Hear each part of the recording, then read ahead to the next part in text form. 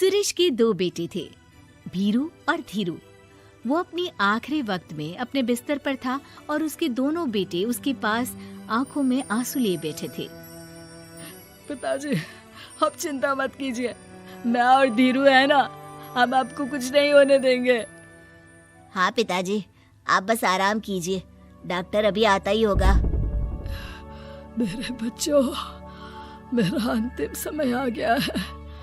तुम दोनों मेरी बात ध्यान से सुनो। मैंने वकील से कहकर अपनी जायदाद तुम दोनों में आधी आधी बांट दी है। मेरे जाने के बाद तुम दोनों मिलकर रहना, एक दूसरे के सुख दुख में साथ देना। तुम्हारी माँ की भी यही इच्छा थी। जी पिताजी, आप जैसा कहेंगे हम वैसा ही करेंगे। जी पिताजी, आप जैसा कहेंगे हम वैसा ही करेंगे। और सुरेश उन्हें छोड़कर चला जाता है। अरे धीरू भाई, मैं तुझसे कहना चाहता था कि मुझे व्यापार बढ़ाने के लिए कुछ रुपयों की जरूरत है। अब पिताजी के जाने के बाद हम दोनों ही एक दूसरे का सहारा है। पिता के जाने के कुछ दिनों के बाद दोनों भाइयों की जिंदगी धीरे धीरे सामान्य हो जाती है। दोनों भाई अब अपना अपना व्यापार संभाल लेते हैं। दोनों एक ही घर में तो रहते हैं, लेकिन अब उनके रिश्ते में पहले जैसी बात नहीं रहती। भीरू शुरू से ही लालची था, इसलिए सुरेश ने पहले ही उन दोनों में प्रॉपर्टी का हिस्सा बांटकर लड़ाई की गुंजाइश खत्म कर दी थी। लेकिन पिताजी के जाने के बाद भीरू का लालच बढ़ने लगा। हाँ भैया, आप बताइए कि मैं आपकी किस तरह से मदद कर सकता हूँ। मुझसे जो बन पड़ेगा मैं करूँगा। अच्छा तो भाई, तू ना मुझे अपनी गाय दे दे। वैसे भी तू पढ़ा लिखा मॉडर्न लड़का है, भला तू गाय का करेगा क्या? लेकिन इससे मेरी ना बहुत मदद हो जाएगी। ठीक है भैया, आखिर भाई ही तो भाई के काम आता है। आप ले लीजिए मेरी गाय और उसे बेचकर आप उन रुपयों को अपने व्यापार में लगा लेना। बस फिर क्या था। भीरू अपने लालच की वजह से आए दिन धीरू से किसी न किसी बहाने पैसे या कीमती सामान ऐंठता रहता और बेचारा सीधा साधा धीरू उसकी मदद कर दिया करता।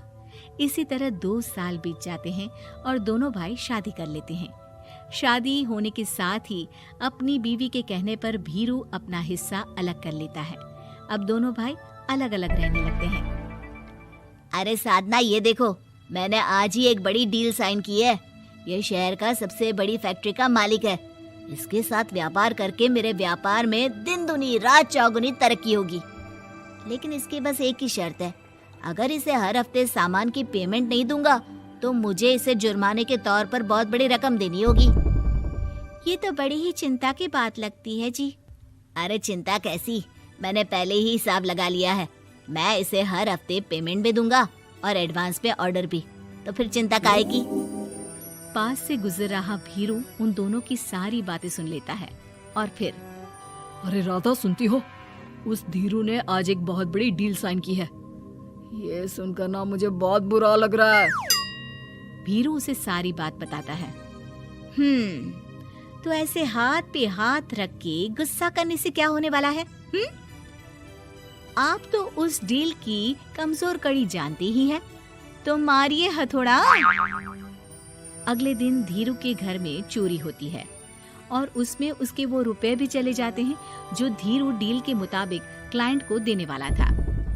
फिर शर्त के हिसाब से धीरू को जुर्माने की रकम देने के लिए अपना घर गिरवी रखना पड़ता है और उसका व्यापार भी बंद हो जाता है। सुनिए जी, आप दिल छोटा मत कीजिए। आप कोई ऐसा बिजनेस कीजिए जिसे आप जल्दी से जमा सके और कम पैसों से भी शुरू कर सके। आप फल सब्जियों का व्यापार शुरू कीजिए।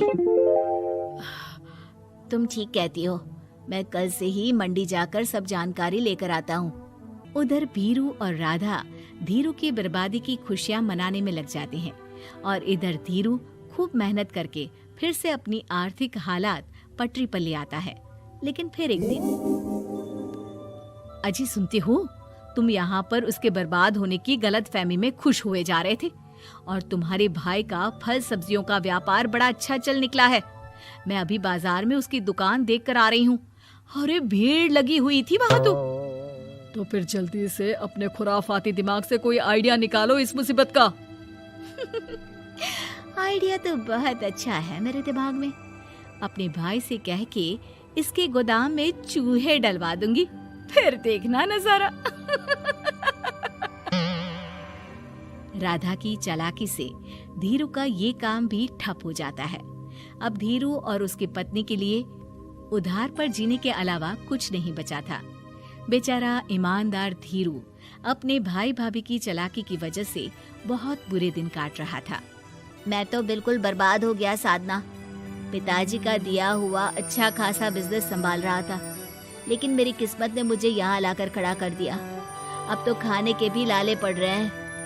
कोई नौकरी भी इतनी आसानी से नहीं मिल रही। मुझे माफ कर दो, मेरे साथ रहकर तुम्हें भी ये दिन देखने पड़ रहे हैं।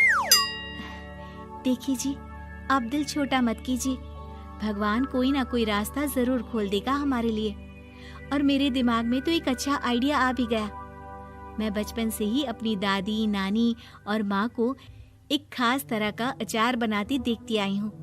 वो अचार जितना टेस्टी होता है उतना ही उसे बनाना मुश्किल भी, लेकिन एक बार बन जाने पर वो जल्दी खराब भी नहीं होता जी। वो अचार सिर्फ हमारे ही गांव में बनता था, जिसे खरीदने के लिए दूर दूर से लोग आते थे। मैं सोचती हूँ वही अचार बनाने का काम हम शुरू करें तो। मैं बनाया करूंगी और आप उसे मार्केट में बेच आया करना। साधना, तुम्हारी बातों से मेरे मन में उम्मीद जाग उठी है, लेकिन ये सब काम शुरू करने के लिए रुपए कहाँ से आएंगे? ए जी, मेरी ये कंगन किस दिन काम आएंगी?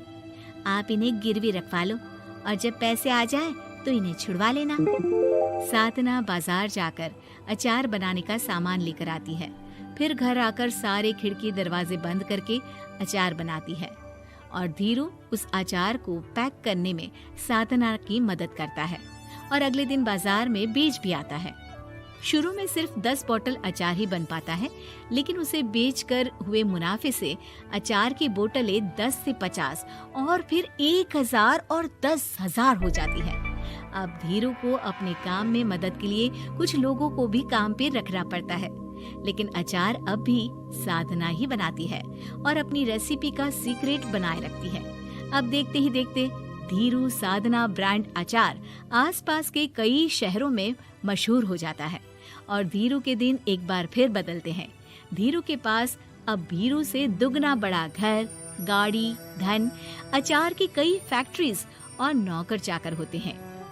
धीरू की इतनी तरक्की देखकर भीरू और राधा बुरी तरह से जल भुन जाते हैं, लेकिन अब उनके खिलाफ उनकी कोई चाल कामयाब नहीं होती। सुनिए जी, मैं ना कहती थी कि आप हिम्मत रखिए, एक दिन भगवान हमारे रास्ते जरूर खोल देगा। और देखिए जी, आज हम कहाँ से कहाँ आ गए।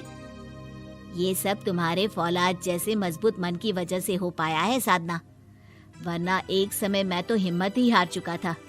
तुमने न सिर्फ मेरा हौसला बढ़ाया बल्कि बिजनेस में मेरा साथ भी दिया। जहाँ एक तरफ धीरू और साधना अपनी मेहनत और हौसले से बहुत तरक्की कर चुके थे, वहीं दूसरी तरफ भीरू और राधा के लालच और धोखेबाजी की वजह से वो इनकम टैक्स वालों की नजरों में आ चुके थे। भीरू के एक घर पर इनकम टैक्स वालों का छापा पड़ता है और भीरू को काला धन जमा करने के आरोप में जेल जाना पड़ता है।